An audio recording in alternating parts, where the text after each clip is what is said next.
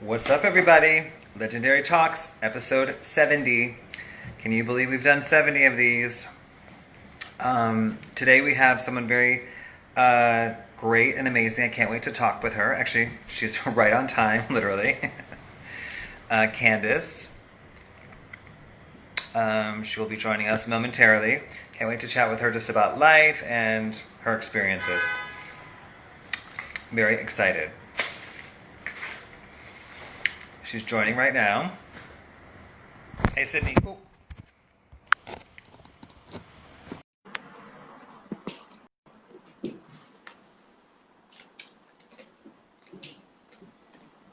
Hi, Ben.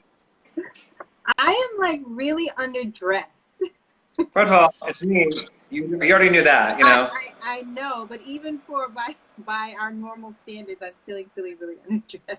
It's fine. We're all, we're at home. We're chilling. It's casual here. I'm actually not at home, and I didn't have any of my, I didn't prepare, bring anything to change into. So I everything I have on tonight is borrowed down to my makeup. Where are you? I went to visit my aunt. Oh, nice. House, and so, well, I'm here with family. You're gonna you might hear kids bursting in or whatever. So, well, first I want to thank you for doing this. I know this is a little past your bedtime, but I want to explain a bit. So it's called Legendary Talks. This is my 70th episode, and basically what I do is I interview people that have been important to culture. And I've kind of stayed in the nightlife, kind of cool people, DJs, that kind of thing. But I thought that you would be such an interesting person to talk to because of your lengthy, long experiences. But also, I think that, something, we celebrate here, and that, you live the dream.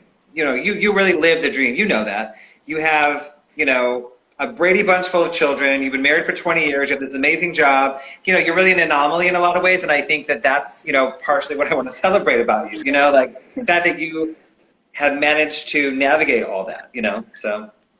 Yeah, I that's funny. I've been married. Actually, I have almost been married for years. Okay. It's all very true. So where do you want to start? Well, first of all, what's your current title at Essence? Vice President of Live Events and Experiential. Work. Okay, so. Basically, you want to know what that means?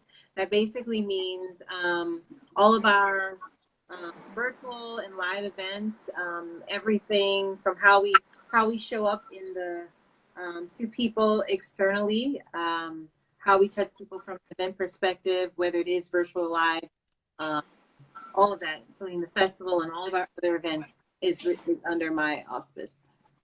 How long have you been at Essence? I don't know that. So actually, it'll be 16 years in November. That's what I thought. I knew it was not a new job. You know what I mean? I'm like. No, I've been there a long time. I've seen a lot of. I've seen the brand evolve. Even now more than almost 2 decades. So I've seen when we were smaller, and I've seen us involve. Go from a part of a corporation, then moving on to being privately owned and 100% Black owned at this point. So I've seen a full arc, as a brand can go, and I've been there. I have been fortunate enough to be there the entire time, raised all my children there, in the halls of Essence. They're like staff at this point. But, it's been a place where I felt comfortable to do so. Great. Well, I don't know firsthand, but I assume that, there had to be some sort of support on the job front to be able to navigate raising all your kids, all these, there had to be it had to work somehow, Mm-hmm. What do you think honestly motivates you to kind of work as hard as you do, have all these kids and, have a successful marriage? What do you find, most people I know don't do as much as you do is my point. So, where do you find the motivation? Well, I mean, if having 3 children, a mortgage, and bills is not enough motivation, Yeah. obviously, my my goal in my life, and and my husband is, for us, is to take care of our family, right? To be able to build legacy, to leave something for our children, so they obviously don't, like, they have things that we didn't have, and that, I think, is what any parent wants for their child, for them to be able, we want to be able to leave them, and particularly for you know we, for Black children, we want to be able to leave them with something that they have, that they can build upon, and for the rest of, for their own lifetime. And I think also, in terms of, the brand itself, what the brand stands for, who we are serving, is also motivation. I am the audience. We serve for, anyone watching. Obviously, Essence is a, brand that is, it serves Black women, built on the legacy of Black women, and continues to serve Black women every day. And that, it changes kind of the why you do your work.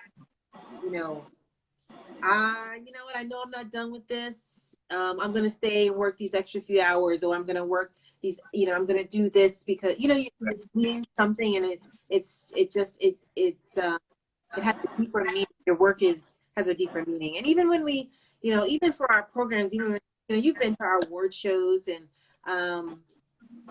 it means something to all genres of people, whether you are, someone at home reading the magazine in the South or the middle of America, or you are some A-list celebrity on the stage and you've grown up with the brand as well. It means something to that entire spectrum of Black women, and it just to be, it's always been in your home, your aunt, your mom, your grandmother, it's always been there. So it means something different.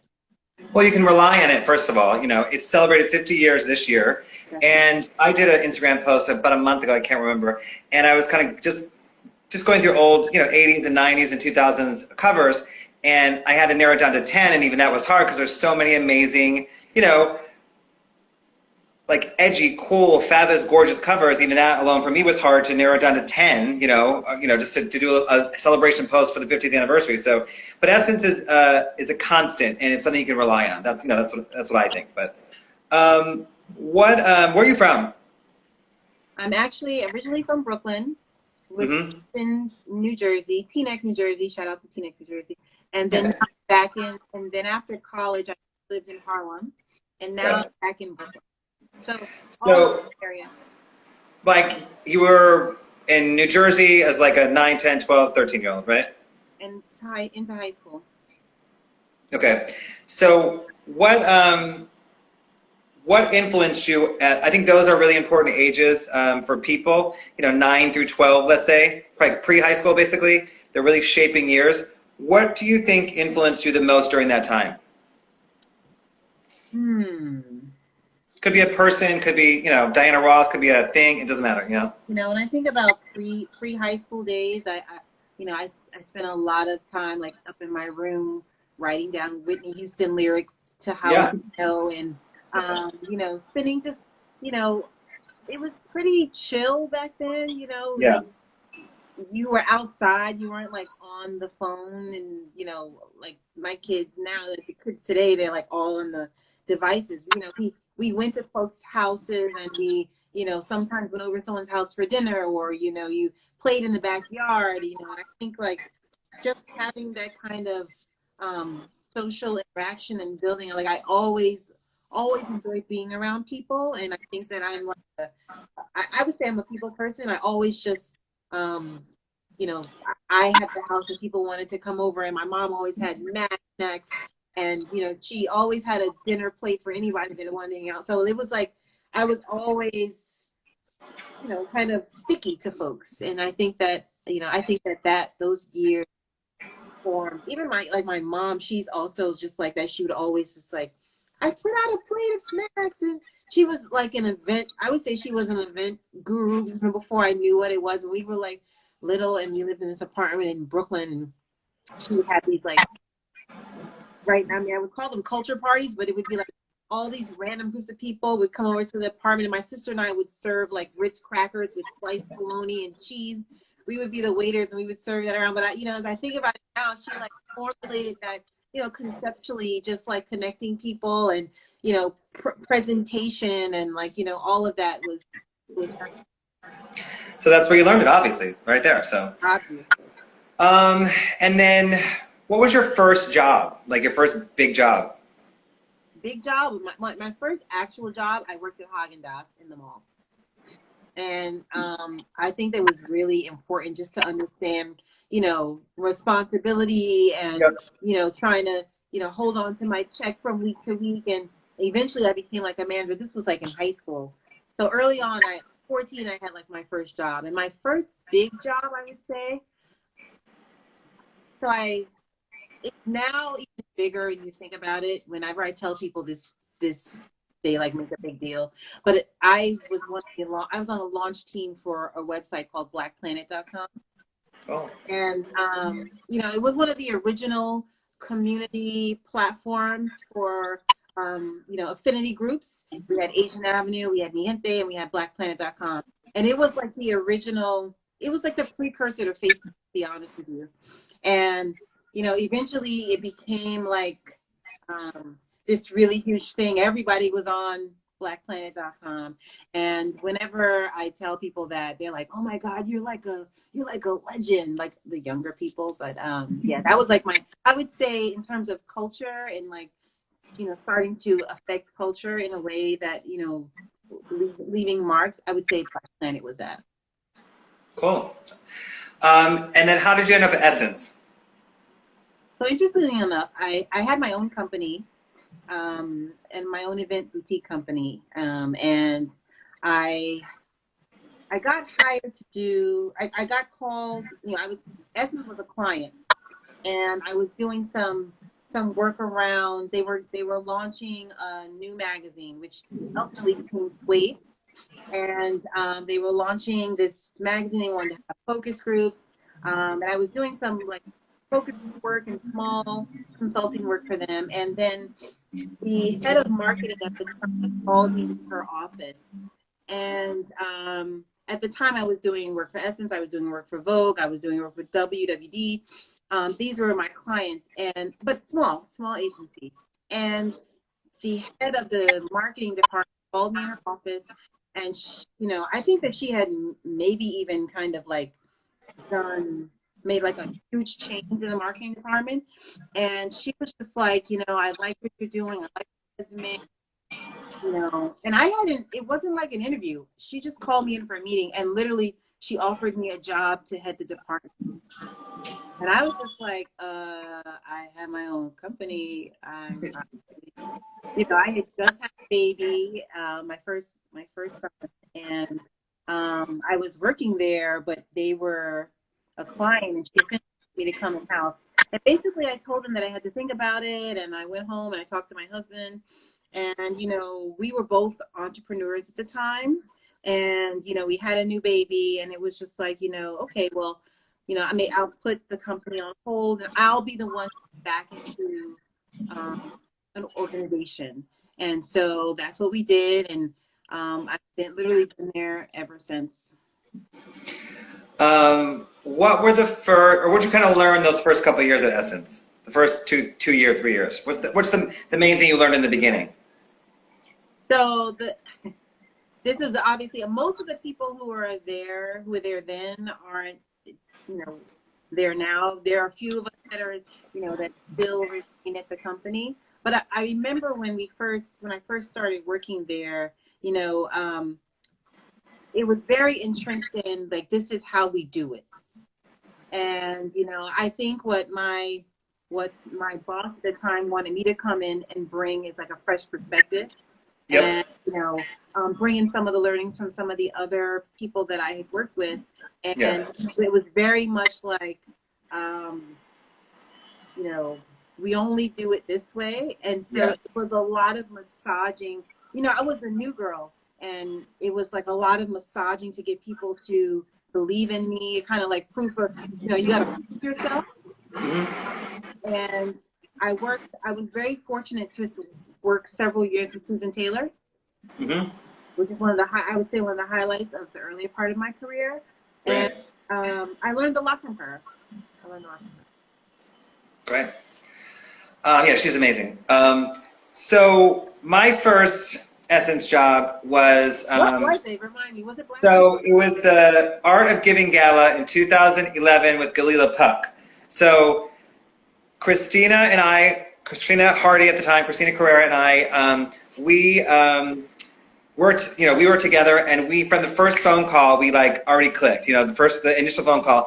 And my job was to get, they were auctioning off art, and my job was to get celebrities to donate art, but not art that they owned, like, Kehinde Wiley, art that they had made themselves. So I got Janelle to do a painting, Solange sent something, Jesse Williams, and D-Nice gave that Mary J. Blige photo he had taken.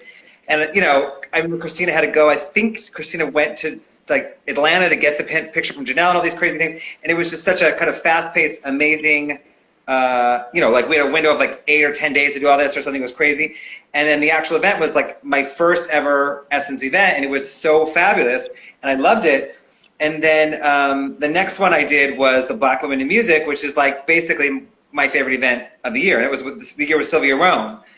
And I loved working with Essence in general because it's different than I worked for a million different people, literally, probably hundreds and hundreds and hundreds of different like companies and agencies, all these different things. But there was something very unique about Essence is that everyone worked so hard, and there was no like drama, no BS. They just worked hard, got the job done, and was kind of like this fabulous, amazing event. The execution was perfect, but the actual work, everyone was working so hard and kind of like doing their job and just minding their business. It was like not all this other extra stuff, which I had experienced in the past, and it was like an amazing experience for me from the very beginning. So people, that's the one thing. That's also one of the things that you just cannot beat is the people that work for the company, the people that work there, like they bust their ass and listen, they're like they I'll will tell do you whatever it takes to like make sure that it gets done, and that is the same. I would say that is the consistent theme in the 16 years that I've been there.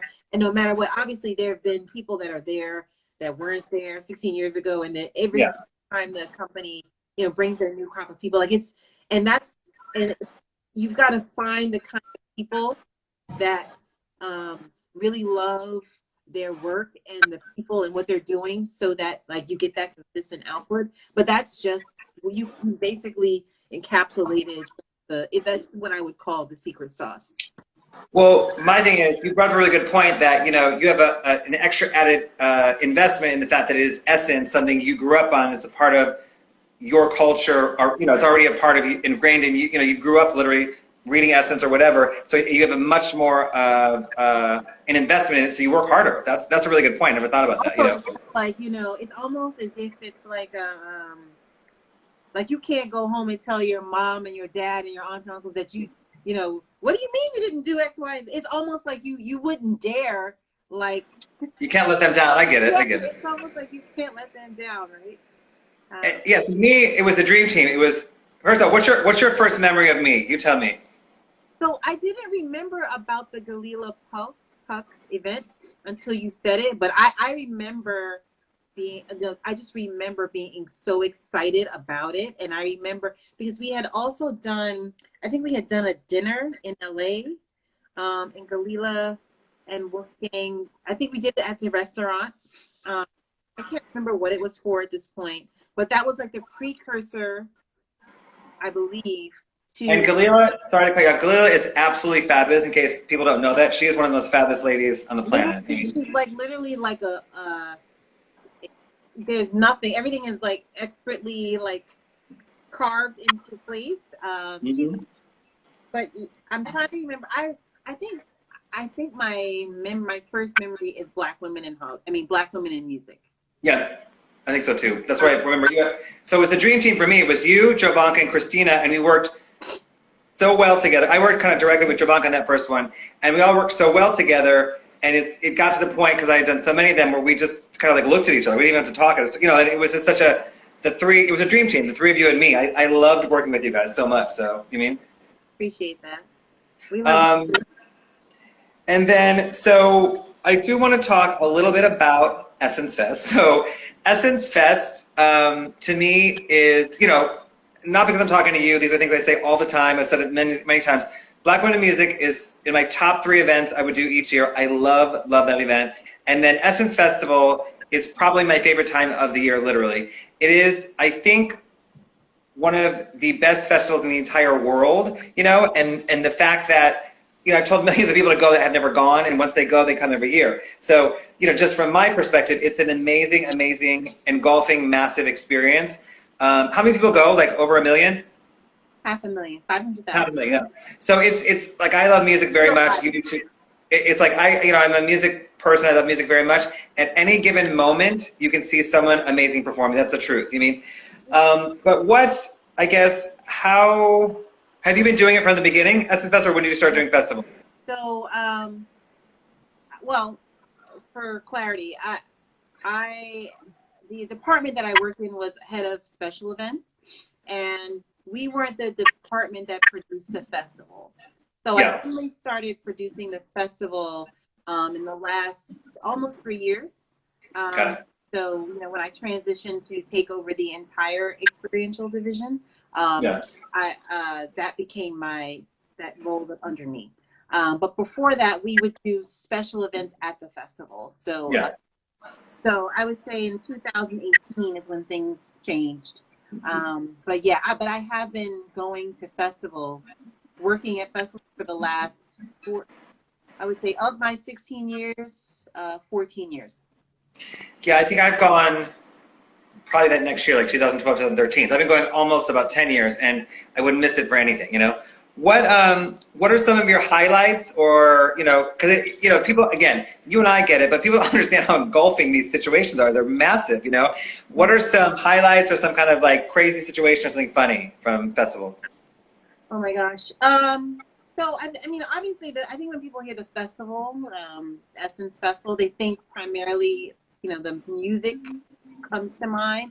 But you know, there's so much more daytime content that we're producing for free that people can go see and experience. And I think one of the biggest things for me was for our 25th anniversary of the festival, which wasn't this year but last year, when we expanded the campus.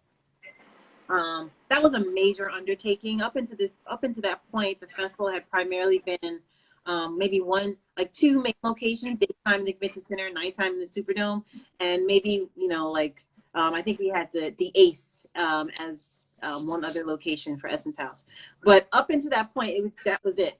And for our 25th anniversary, we expanded the campus to, you know, 12 more venues, and that for me was a major undertaking, but also in terms of like changing the face of the festival and what we had to offer, and expanding, you know, the content to people. And, you know, I think that was a major element, and I'm just was happy to be a part of it. And and I have to say, another highlight is, even for this year, you know, obviously we weren't able to convene, you know, the folks, you know, for, you know, the Pride weekend, but we were able to make history in, you know, launching the festival virtually for 2 straight weekends. And, you know, we had been planning on having the festival, you know, just, you know, moving along. It wasn't until, you know, the mayor of New Orleans, you know, the pandemic was starting to, you know, hit the different cities, and it became apparent first that we would have to postpone. We thought we were going to postpone, and then it became clear that we were not going to be able to have a physical festival. And for us, you know, it was like we were already doing virtual programming, but, you know, the pandemic had already launched, and most of our programming, you know, we had launched on our new streaming platform. But when we started to have that first conversation where you guys need to figure out how to put the festival on virtually, it was like, for like 5 seconds, you know, that emoji where the head blows up, that was like my moment. I was like, it was like, what? How do you take an event, a 4-day, 3 to 4 day program that caters to 5,000 people, and distill it down to something that, that we can show virtually, that people will, like, how do you drill it down so that it's interesting, that people want to attend, like they want to log on and stay on and watch. Like, it took just a real big shout out to the entire team. Honestly, just 5.5 weeks we did that. Yvonne McNair as well, right? Yvonne. Yeah. Yvonne is like a superstar. Yep. And the bookings team, the creative team, the promotions team, the experience leads, like our digital teams, like everybody. But again, that same, we are gonna do it spirit. Like, you can't break us. We're gonna make this happen. Is what did, like, that's what pulled that virtual festival off, literally. No, it was amazing, and I was so proud of you guys. And I just think that it just it kind of like, it's kind of the theme of this conversation. You go the extra mile, basically. You get it done. I mean, and I've worked with you many times. I've seen it firsthand, but it's kind of like, that's kind of what the takeaway so far. So congratulations on that. That was amazing. But the festival, I just do want to say one more thing. The festival to me is just one of the most amazing experiences that people have never been. With like I said, any given moment with the lounges upstairs, or you can see. I've seen Prince, Beyonce, Janet Jackson. Millions and millions of amazing artists, and I love music so much. So just it is a really amazing experience that people have never been. So and you and I saw Diana Ross together. We're standing next to each other watching Diana Ross. Remember? First of all, you have like an impeccable memory, and with each child, pieces of my brain just so. But it is the one place where you can go and hear so many genres of you pay one ticket and you can see 8 concerts in a night, 9, and that's the one thing. You can't really describe it. You actually have to be standing in the Superdome, but you're 100% agree, yeah. And you have to turn around and you have to look at the entire crowd behind you, and you have to inhale and take that entire thing in to really understand what exactly is happening and that you are a part of it. What's also, it is the truest form of a music lovers festival, in my opinion. So, okay, so I do want to talk one more thing about Black Women in Hollywood, which is an event that you guys do, and I have never worked it, but I went, I think maybe about 4 or 5 years ago for the first time, and everyone told me, bring my Kleenex and get ready. And I was like, oh yeah, whatever. I've been to thousands of events, literally. I have never in my life experienced something like this. It was, Ava was honored, and the first year, and I think Kerry Washington, I can't remember, but it's one of the most emotionally charged, inspiring, amazing things, rooms. It's just like, again, it's like nothing I've ever experienced ever in life. So, and then, what are your, I guess tell me your thoughts on that. Describe it, in your words, and I guess a highlight or two, but I can't express how much, like, the room itself has a certain energy that you'll never experience anywhere else in life. So, you mean? And we even, one year we even worked with a mutual friend, Nicolene. Yep. I don't know if you went that year, but I was there. That was a highlight for me, in just great as a creator of the program. Yep. Black Women in Hollywood, we built that program was built out of need, right? So, yep. The Oscars, celebrating, lots of people that don't look like me, and so, we got in a room, and it was like we were often just, like overlooked, and we were just like, we need to have a program where we celebrate our own. The magazine does that, but we need to have a physical event, a big event that we need to create something that puts our stake in the ground as it relates to Hollywood. And like we should, like we will be noticed, we will not be overlooked, but we will celebrate them ourselves. So that was the premise was to celebrate women in front of, celebrate the original premise was to celebrate women in front of and behind the camera. You know, we would be, you know, over the years, I think we are going into our 14th year. But I was in the original room when we concepted the idea. Well, When we, you know, came up, oh, this is what we should call it. This is what we should do. Here are the honorees. I mean, over the years, you could the meetings for those for how we come up with that event. It's like a reality show. So it's a show that could be can make it to television. But you know, I think what is so special is that you know we create these beautiful tributes. We honor them in a way like it's a big flashy program because they deserve it. yep. And it has become, you know, a must attend event during Oscar week. You know, people are, you know, they will confirm to present, they will confirm to speak because they know that, you know, everybody wants to be there, everybody wants to be honored, everybody wants to present, everybody wants to be a part of it. You know, it's part of, you want to have that as part of your story. And, you know, I'm just so proud to be able to be a part of something that, you know, like it again, it means something to them. Each and every presenter. No, it's really something you should be very proud. It's such a special, just a special, you know, like you said, it was built off of need, but, you know, and it's so celebratory, and, you know, every single human walking out of that building feels, it's just very inspiring. You feel so inspired, and you feel, you know, it's a really, really, really special, unique thing in this world. So it's amazing. It's always been the Thursday before Oscars, and we would say, I mean, it would be, people would just cry, you know, like tears of joy during the show. So we would say we cry on Thursdays. We've always tried to get like a tissue sponsor, to put like encrusted like Swarovski crystal boxes of tissue on the table. But yeah, it's all of them are, there's a constant theme. All of the events, there's a constant theme, but they're all very different. Yes, I agree. But you can see the through line throughout. Well, so the goal is the same. It's, you know, it's a different, each one is unique, but the goal is the same, I think, for each, no?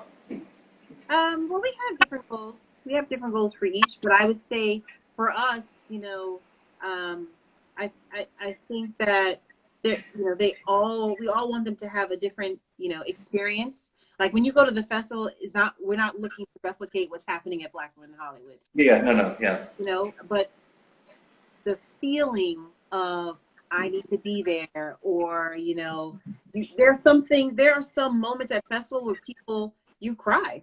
But the connection to your, you know, to the people, the connection to the culture, the connection to that moment. Like we are, you know, we have done a good job, and we do a good job of creating a moment in time and making that moment feel very special for everyone who is experiencing in that right at that time.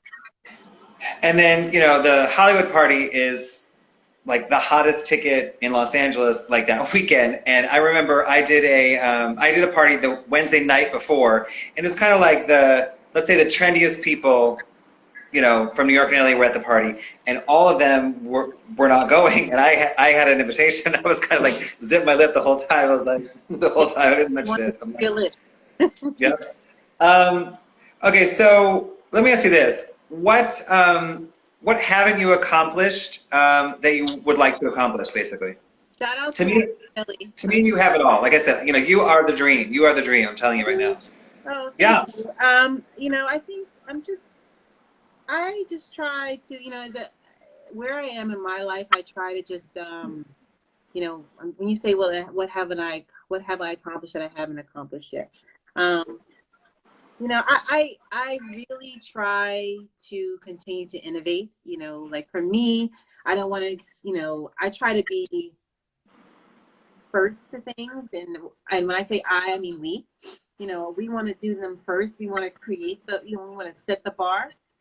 So for us, you know, I really pride ourselves on, you know, we've done a lot. We've had a lot of firsts, a lot of things that people want to replicate or try to replicate, and that's fine.